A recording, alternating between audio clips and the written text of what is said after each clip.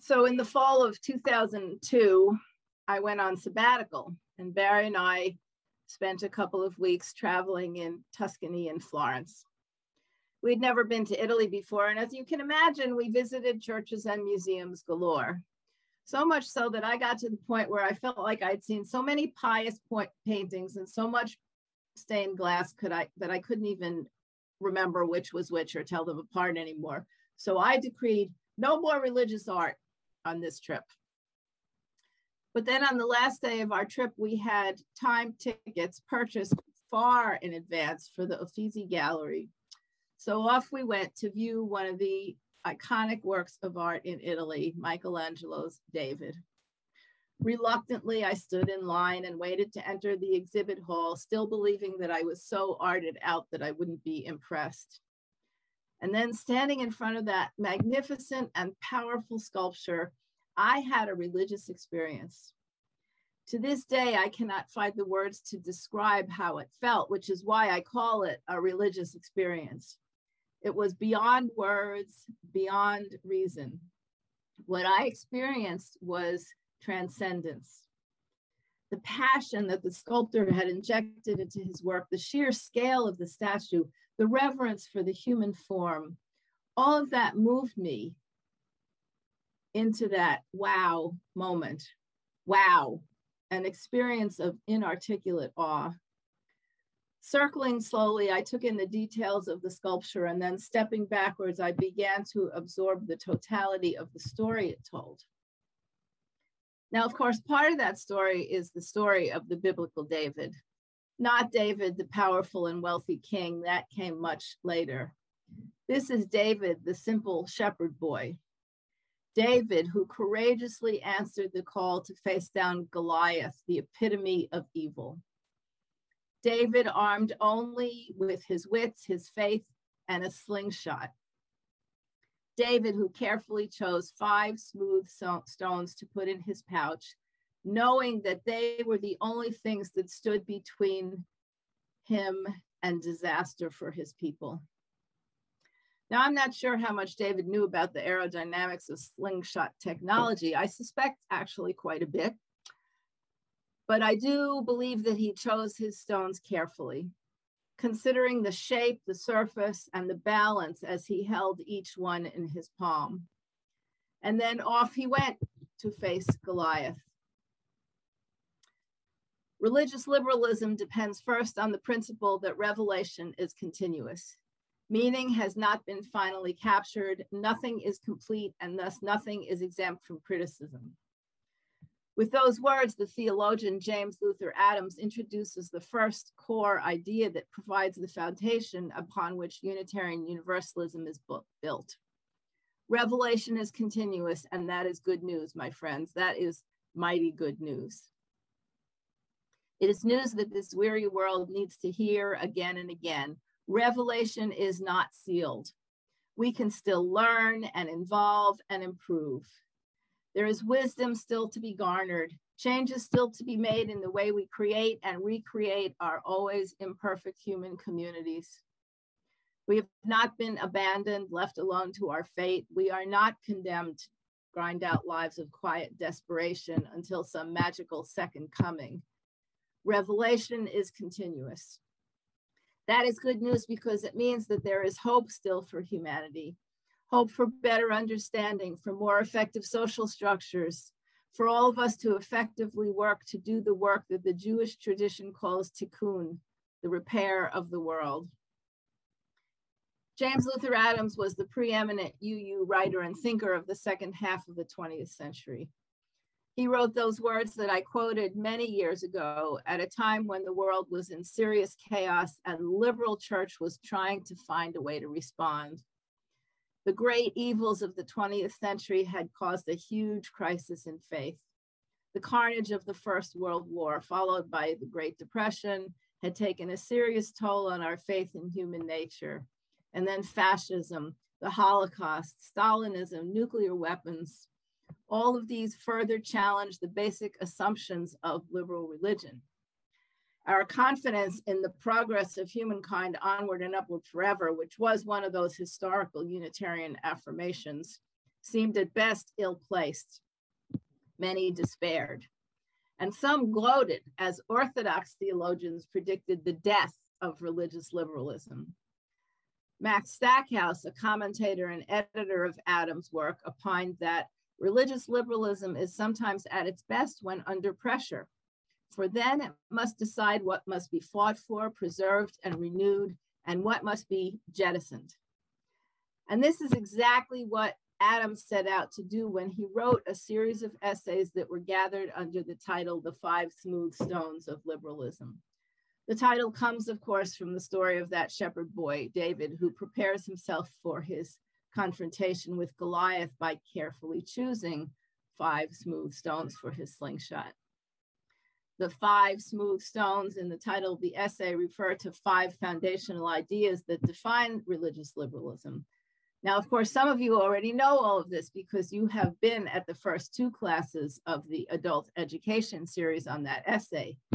Those of you who haven't are welcome to join us for sessions 3, 4, and 5. We'll catch you up, don't worry. Just as Adams recognized that the challenge of events in the mid-20th century demanded that liberal religion return to its roots to reinvigorate itself, we recognize that as the task of our age as well. Climate change causing natural disasters and extinction, the continuing deaths of people of color at the hands of those who are supposed to protect all of us, the uncomfortable realization that even in the most progressive circles, white privilege asserts itself, a pandemic that should have come to an end and that persists, an obscene income gap between the wealthy and the working class. I could go on. It would be easy to throw up our hands in despair. We could just whine. Instead, now that we have that whining out of our systems, I believe that we are ready, as we always are, to take up the challenge of revitalizing our theology, jettisoning that which is inadequate, and articulating and holding on for dear life to that which is of enduring value. Now, that job of revitalization is not just a job for academics or ministers. Ours, after all, is a religion of the people, for the people, and by the people.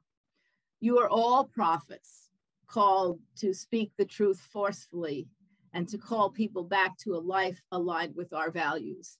You heard Linda do that at the beginning of the service. We are all priests charged with caring for each other and for bringing comfort and words of hope to our members and our communities. And we are all theologians. We are privileged with the task of being ever vigilant to pay attention to the truths unfolding around us. To believe in the continuity of revelation is to know that we need to be continuously paying attention, to be mindful of those lessons that the universe is trying to teach us, to be on the lookout for the subtle and not so subtle signs of the times that might reveal to us the truth of our current situation. We are all prophets and priests and theologians. And one more thing, if we are all people who believe that revelation is continuous, then we are all agnostics. Not in the narrow technical way we sometimes define it as someone who has doubts about the existence of God. I mean that we need to all be agnostic about everything. We have to be open to new ideas and new interpretations of our life experiences on every front.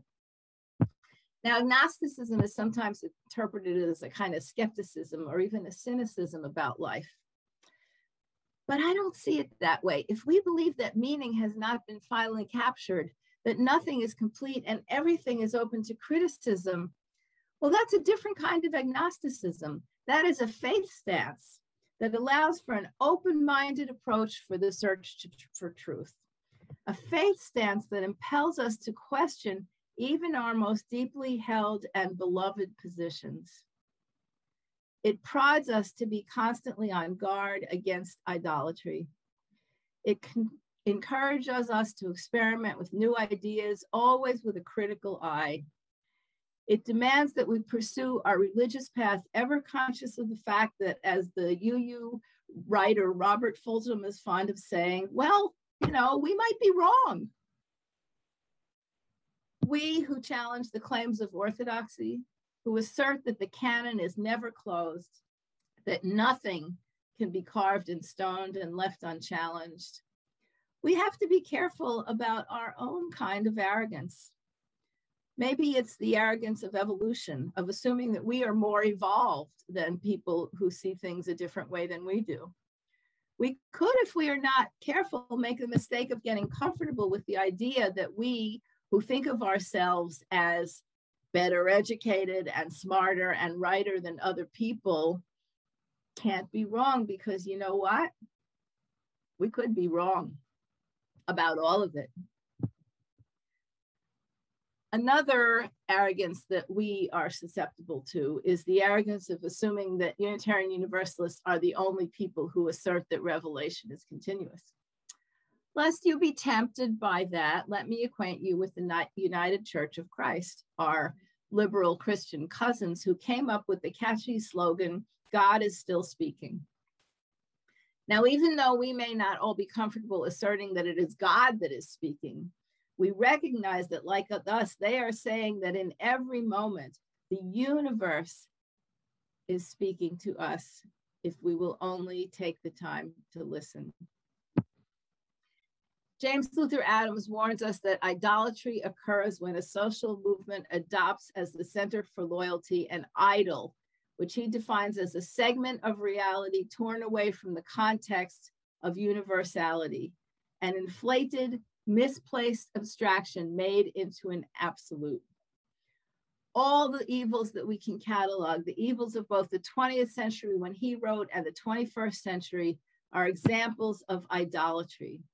All of those isms grow out of misplaced loyalty, of, in a sense, mistaking the part for the whole, of separating off a slice of revelation from the great jumble of diverse and colorful ideas that have emerged so far out of the human quest for knowledge across time and across the globe. The antidote for idolatry is to believe and to act on the assumption that revelation is continuous. That's our good news. The news that people seeking relief from the pain of violence and bigotry and greed need desperately. They need hope. They need to know that there is more to this life than we have so far been able to access. Revelation continues to unfold as our lives unfold, and embedded in that unfolding is the possibility of greater wisdom and understanding. We are called to embrace that possibility. We find ourselves, wrote Adams, to be historical beings, living in nature and history, and having freedom in nature and history. The forms that nature and history take possess a certain given fateful character, and yet they are also fraught with meaningful possibilities.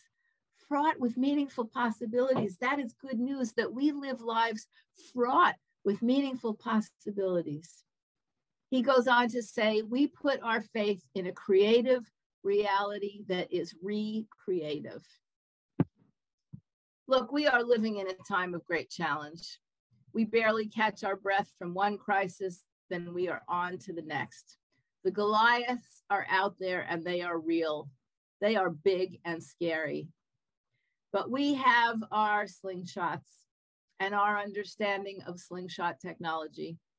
And we have our little pouches filled with these carefully chosen stones. In the story of unfolding revelation, the ending is not yet written.